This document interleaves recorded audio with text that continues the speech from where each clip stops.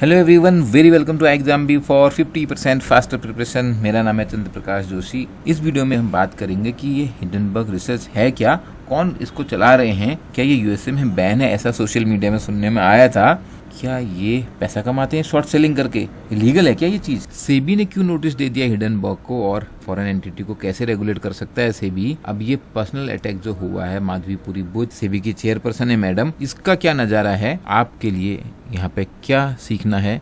सेबी का exam specially अगर आप दे रहे हैं, पहला पॉइंट सीखने का ये है कि आपको प्रीवियस ईयर पेपर डाउनलोड करने हैं। मैं वीडियो में बहुत मसाले वाली बातें नहीं करने वाला हूँ, वो तो मीडिया वाले कर ही रहे हैं। I am coming to the main important learning point. लेकिन पहला इंपॉर्टेंट पॉइंट है, आपको ये पेपर करने हैं, बहुत जरूरी है। 6 सेक्शन है, फेज 2 का एग्जाम सबसे इंपॉर्टेंट है। यहाँ स्कोर कर लोगे, इंटरव्यू में कम भी आएंगे तब भी सिलेक्शन पक्का है। हिंडनबर्ग रिसर्च एक फाइनेंशियल रिसर्च फर्म है जो फॉरेंसिक फाइनेंशियल रिसर्च करती है। देखिए ये इंपॉर्टेंट है कि इसका काम ही यही है, फॉरेंसिक वाला। बहुत लोग कहते हैं पहले तो नहीं थी, ये पॉलिटिकल बनाते हैं ना इसको। कांग्रेस के जमाने में तो ऐसा कुछ नहीं करता था भाई, तब बनी नहीं थी, ये बहुत नई है, 2017 की है। नाथर एंडरसन जो है इसके फाउंडर हैं और वो एक इन्वेस्टमेंट एनालिस्ट रहे हैं पहले। उनका काम ही ये है कि अगर कॉर्पोरेट में कुछ फ्रॉड हो रहे हैं, कुछ मालफिजेंस हैं, कुछ और तरीके की रॉन्ग डूइंग हो रही है, पब्लिकली ट्रेडेड कंपनी जो लिस्टेड कंपनी है उनके बारे में ऐसी रिसर्च करके लेके आते हैं। जब कंपनी हो रही होती है ओवर वैल्यूड, यानी कि उनका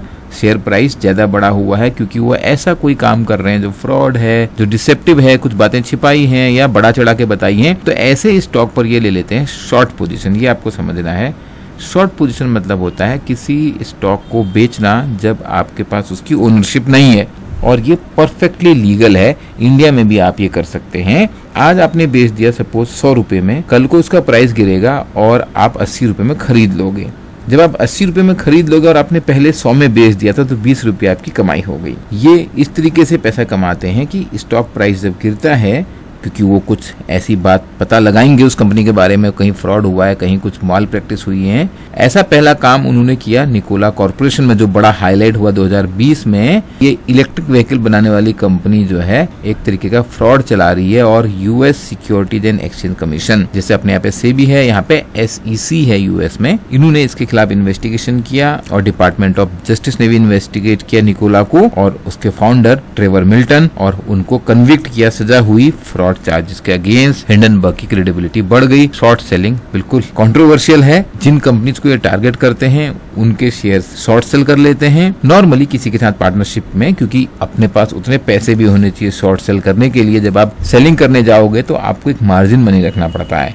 अभी आपने खरीदे नहीं है शेयर, एक गारंटी रखनी पड़ती है कि कल को अगर आपको जिस समय उस कॉन्ट्रैक्ट को ऑनर करने का टाइम आ गया, आपने बोला मैं ये शेयर सेल कर रहा हूँ, 1 महीने बाद सेल कर रहा हूँ, लेकिन 1 महीने बाद सच्ची में आपको सेल करने पड़े तो उस समय आपको खरीदने पड़ जाएंगे। वो तो वो कॉन्ट्रैक्ट है, आपने एक कॉन्ट्रैक्ट साइन किया कि मैं 1 महीने बाद शेयर सेल करूंगा, लेकिन अगर उस समय आपके पास पैसे नहीं आएंगे 1 महीने बाद, तो आप कैसे ऑनर करोगे? तो उसके लिए एक सिक्योरिटी रखनी पड़ती है, वो पैसे चाहिए, तो ये पार्टनरशिप कर लेते हैं दूसरी फंड्स के साथ। पॉइंट यहाँ पे ये है कि ये जो रिपोर्ट होनी चाहिए वो फैक्चुअल इन्फॉर्मेशन पे होनी चाहिए और मैनिपुलेशन नहीं करना है। कोई अनलॉफुल एक्टिविटी आपको रिसर्च के नाम पे नहीं करनी है। इनके खिलाफ भी डिफेमेशन के चार्जेस लगते हैं, इनके खिलाफ भी कोर्ट केसेस होते हैं। ये इस बिजनेस का गेम है। लेकिन आज तक जितने भी इनके खिलाफ जो डिस्प्यूट हुए, कोई बैन नहीं लगा, कोई प्रोहिबिशन नहीं है इन पे।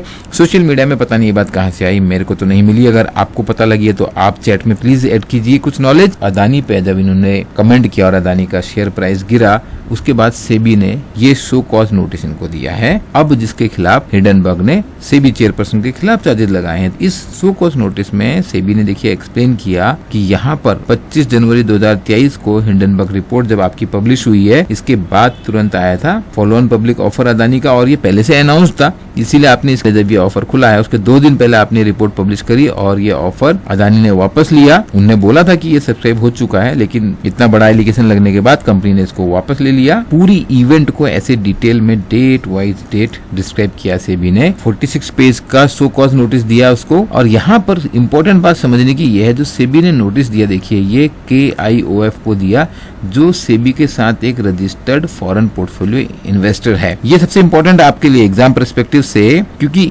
हिंडनबर्ग रिसर्च सेबी के पास रजिस्टर्ड एंटिटी नहीं है। और जो मैं आपको बता रहा था, यहाँ पे हिंडनबर्ग ने क्या किया, उन्होंने जो रिपोर्ट थी KIOF किंगडॉन कैपिटल को शेयर करी और KIOF ने इन्होंने ट्रेडिंग करी है। इन्होंने वो शॉर्ट सेलिंग करी है और 183 करोड़ रुपए का मुनाफा कमाया। 8,50,000 शेयर्स की शॉर्ट सेलिंग करके 25 तारीख को रिपोर्ट पब्लिश हुई है और 20 तारीख तक इन्होंने ये पोजीशन बना ली थी कि 8,50,000 शेयर्स पे ये पोजीशन बना चुके थे और ये प्रॉफिट में से 30% इन्होंने शेयर किया है हिंडनबर्ग के साथ। और एक्चुअली बाद में बताया 25% हुआ कि 5% खर्चे के लिए काट लिया। कब ये KIOF ने ट्रेड किया है शॉर्ट सेलिंग के लिए, कब खरीदा है over a period of time, ये भी पूरा दिया है 183 करोड़ रुपए का हिसाब। यहाँ पर आपको ये भी समझना है कि जब आप सेबी में काम करने जा रहे हो तो ये स्क्रूटनी आप करते हो। और यहाँ पर आपको रिकैप करने के लिए बता दो कि हिंडनबर्ग की फाइंडिंग क्या थी कि अदानी जो है वो स्टॉक मैनिपुलेशन कर रहा है। उनकी फॉरेन में जो कुछ सेल कंपनीज हैं, जो ऐसे फंड बने हुए मॉरिशस में, केमन आइलैंड में, वहां से इन्वेस्ट करते हैं, आर्टिफिशियली अपने शेयर प्राइस बढ़ाते हैं, पैसा घुमा के लेके आते हैं, अपने ही शेयर में डालते हैं। अकाउंटिंग इरेगुलरिटीज हैं, इनकंसिस्टेंसीज हैं, अपने रेवेन्यू बढ़ा के दिखाए जा रहे हैं और डेट को भी छिपाया जा रहा है, प्रॉफिट भी बढ़ा के दिखाया जाता है, जिससे कंपनी का शेयर प्राइस बढ़ जाए। कंपनी सिग्निफिकेंटली ओवरवैल्यूड है, फंडामेंटल सपोर्ट नहीं करते हैं, रिलेटेड पार्टी ट्रांजेक्शन हैं। अदानी ही ग्रुप की फैमिली, जो उनके बिजनेस अलग अलग फैमिली मेंबर द्वारा बिजनेस मैनेज किए गए हैं, वहां पर ये ट्रांजेक्शन हो रहे हैं जो कॉर्पोरेट गवर्नेंस को वायलेट करते हैं। डायरेक्टर्स ऑडिटर्स इंडिपेंडेंट नहीं है, उनके जो की ऑफिशियल्स भी हैं वो भी इंडिपेंडेंट नहीं है, फैमिली मेंबर्स के इन्फ्लुएंस में काम करते हैं, तो कॉर्पोरेट गवर्नेंस बहुत मिसिंग है। ये चार्जेस लगाए थे हिंडनबर्ग ने अपनी ओरिजिनल रिपोर्ट में और डेफिनेटली इम्पैक्ट हुआ। उस समय अदानी का शेयर प्राइस गिरा $100 बिलियन, यानी कि 8 लाख करोड़। उसके चलते सेबी ने फिर हिंडनबर्ग को भी ये नोटिस दिया कि अगर बात रेगुलेशन की करें, क्योंकि हिंडनबर्ग एक रिसर्च एजेंसी है जो सेबी के साथ रजिस्टर्ड नहीं है। इंडिया में बहुत सारी रिसर्च एजेंसीज होती हैं जिनको सेबी लाइसेंस देता है, एडवाइजर्स होते हैं उनको भी लाइसेंस देता है, बट यहाँ पे क्योंकि सेबी ने अपनी जो रजिस्टर्ड एंटिटी है KIOF के इंडिया अपॉर्चुनिटीज फंड, तो इन सारे फंड्स को नोटिस दिया और साथ में हिंडनबर्ग को भी दिया। ये मामला डेफिनेटली डिस्कशन और डिस्प्यूट का है, इसीलिए हिंडनबर्ग बोलता है हम नहीं मानते, आपने हमें नोटिस दिया, क्या फर्क पड़ता है। हिंडनबर्ग ने उल्टे एलिगेशंस लगा दिए हैं सेबी चेयरपर्सन माधवीपुरी बुच पर और बोलते हैं कि आपके तो अदानी के साथ बहुत पहले से ही कनेक्शन थे। इनफैक्ट जब आप नई अपॉइंट हुई थी सेबी की चेयरपर्सन, मिस्टर गौतम अदानी आपसे मिलने आए थे RTI से। ये डिटेल भी निकाली है कि जो पर्पज ऑफ विजिट था वो भी अंबुजा सीमेंट और ACC, जहाँ अदानी ग्रुप ने इन्वेस्ट किया था, और उसके बाद भी वो दोबारा आपसे मिलने आए थे। इस तरीके के कनेक्शन को निकाला और ये भी बताया कि उनका और उनके हस्बैंड का एक फंड में इन्वेस्टमेंट है और ये पहले का इन्वेस्टमेंट है जब वो सेबी ज्वाइन नहीं करी थी। सेबी में आने के बाद मैडम ने अपने शेयर अपने हस्बैंड को ट्रांसफर कर दिए, लेकिन फिर भी ये कॉन्फ्लिक्ट ऑफ इंटरेस्ट है, ऐसा इनका बोलना है हिंडनबर्ग का, क्योंकि इस फंड में अदानी ग्रुप का इन्फ्लुएंस था और इन्होंने अदानी ग्रुप में इन्वेस्ट किया था, ऐसा हिंडनबर्ग बोलता है। लेकिन मैडम बुच और उनके हस्बैंड ने इस बात को नकारा है और पूरा डिटेल में रिप्लाई दिया है, प्रोफेशनल बैकग्राउंड भी बताई है कि पहले किस तरीके से वो काम कर रहे थे, कहाँ काम कर रहे थे, और ये बात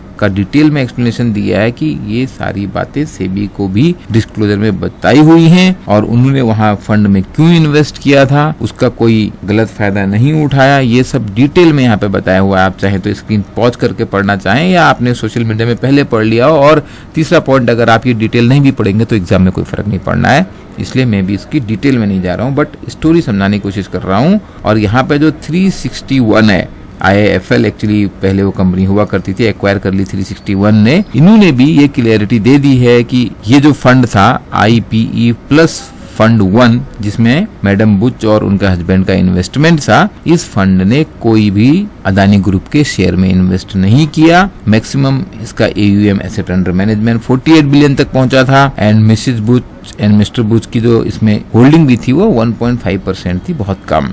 यहाँ पर ये समझने की बात है कि सेबी डिसीजन कैसे लेता है। तो मैडम बुच जो बोल रही है कि देखिए सेबी में डिसीजन में अकेले नहीं ले रही थी, सेबी में एक बोर्ड है, उसके फुल टाइम मेंबर हैं जिनको बोलते हैं whole time member, WTM, 4 whole time member हैं और 4 इनके पार्ट टाइम मेंबर हैं, जिसमें RBI के deputy governor Rajeshwar Rao sir भी हैं, मिनिस्ट्री से हैं, फाइनेंस मिनिस्ट्री से, सेक्रेटरी लेवल के IAS होते हैं और कॉर्पोरेट अफेयर्स मिनिस्ट्री से भी हैं, प्रोफेसर भी हैं IIM बेंगलोर से। ये बोर्ड डिसीजन लेता है, तो SEBI is not an organisation run just by the chairperson. अगर आपने सेबी के सर्कुलर देखो, आई एम श्योर कि देखे होंगे, एग्जाम्बी के बहुत सारे वीडियोज में हमने वो दिखाए हैं और आपको सेबी की प्रिपरेशन के लिए भी कुछ पॉइंटर्स उसमें मिले होंगे। तो हमेशा WTM द्वारा साइन दिखते हैं, होल टाइम मेंबर, जो इंपॉर्टेंट डिसीजंस होते हैं वो ले रहे होते हैं रेस्पेक्टिव डिपार्टमेंट में। अगर आप सेबी के पहले के चेयरमैन भी देखेंगे तो most of these people are IAS, senior IAS, जिससे सेबी एक स्ट्रॉन्ग रेगुलेटर के रूप में उभर के आया है। और आज की मार्केट में आप सेबी की इंपॉर्टेंस और समझ रहे होंगे इस तरीके की न्यूज को देख के। आपके लिए लाइसेंस क्या है कि सेबी की बढ़ती हुई इंपॉर्टेंस, बिकॉज जो फाइनेंशियल मार्केट है उसमें कैपिटल मार्केट का शेयर बहुत बढ़ रहा है। रिसेंटली आपने सुना गवर्नर आरबीआई ने भी बोला कि डिपॉजिट कम हो रहे हैं, म्यूचुअल फंड में इन्वेस्टमेंट ज्यादा हो रहा है, शेयर मार्केट में इन्वेस्टमेंट ज्यादा हो रहा है, बढ़ती हुई इंपॉर्टेंस है। नेचर ऑफ वर्क अगर आप देखेंगे तो बहुत कॉम्प्लेक्स है, चैलेंजेस हैं, फाइनेंशियल मार्केट के नए नए इंस्ट्रूमेंट होते हैं। मैं पूरे विश्वास से कह सकता हूँ कई सारे लोगों को शॉर्ट सेलिंग के बारे में नहीं पता होगा, लेकिन इस वीडियो में जब आपने सुना होगा तो आपको समझ में आया होगा और डिटेल में भी आप जानिए, because financial market is evolving. Listed companies में कॉर्पोरेट गवर्नेंस बनाए रखने के लिए, इन्वेस्टर इंटरेस्ट को प्रोटेक्ट करने के लिए सेबी काम करता है। करियर में बहुत अपॉर्चुनिटीज हैं लर्न करने की, आगे बढ़ने की सेबी में। और सेबी के अलावा भी अगर आप कहीं जाना चाहते हैं, आप फाइनेंस के सेक्टर में काम करना चाहते हैं, this work experience is going to be immensely beneficial. Point यहाँ पर यह है, क्या आपका नाम भी इन सिलेक्टेड कैंडिडेट की लिस्ट में आ जाएगा और हर एक एक्स्ट्रा मार्क लाइफ में इधर या उधर कर सकता है। आप ये स्टडी प्लान डाउनलोड कीजिए, लिंक डिस्क्रिप्शन में दिए हैं। जनरल के लिए, आईटी के लिए, लीगल के लिए, और प्रीवियस ईयर पेपर जरूर डाउनलोड करने हैं। जो बचे हुए दिन हैं, एक घंटे को अच्छे से यूटिलाइज करना है, वो कंटेंट पढ़ना है जो एग्जाम के लिए यूजफुल है। हम क्रिस्प कंटेंट देते हैं और आप हर बार देखते हैं एग्जाम के बाद हम वीडियो भी बनाते हैं कि देखिए 90% क्वेश्चन इस कंटेंट से आ रहे हैं। कंटेंट क्रिस्प होना एक चीज है, उसको लर्न कर लेना दूसरी चीज है। लर्न आपने करना है। आप जब बार बार पढ़ेंगे कि कॉन्सेप्ट को आप समझेंगे, एक एक न्यूमेरिकल को आप समझेंगे, कुछ डाउट होगा उसको आप लाइव क्लास में हमसे पूछेंगे, तो that will definitely help you in scoring high. आपके कोई प्रश्न हो आप कमेंट में पूछिए। मैंने इस मुद्दे पे बहुत सारा रिसर्च कर लिया और पढ़ लिया, बट मैंने सारे पॉइंट यहाँ पे इसलिए नहीं बोले हैं because my focus is on telling you this is an important news item and understand it from the SEBI point of view. और आप सेबी एज एन ऑर्गेनाइजेशन को समझिए कि कितनी स्ट्रांग है, and understand what is corporate governance, what is short selling, what is risk advisory, what is foreign portfolio investment, how these offshore companies. वो कोई प्रश्न हो तो आप कमेंट में पूछिए। I wish you all the best. We are here to make your job preparation 50% faster.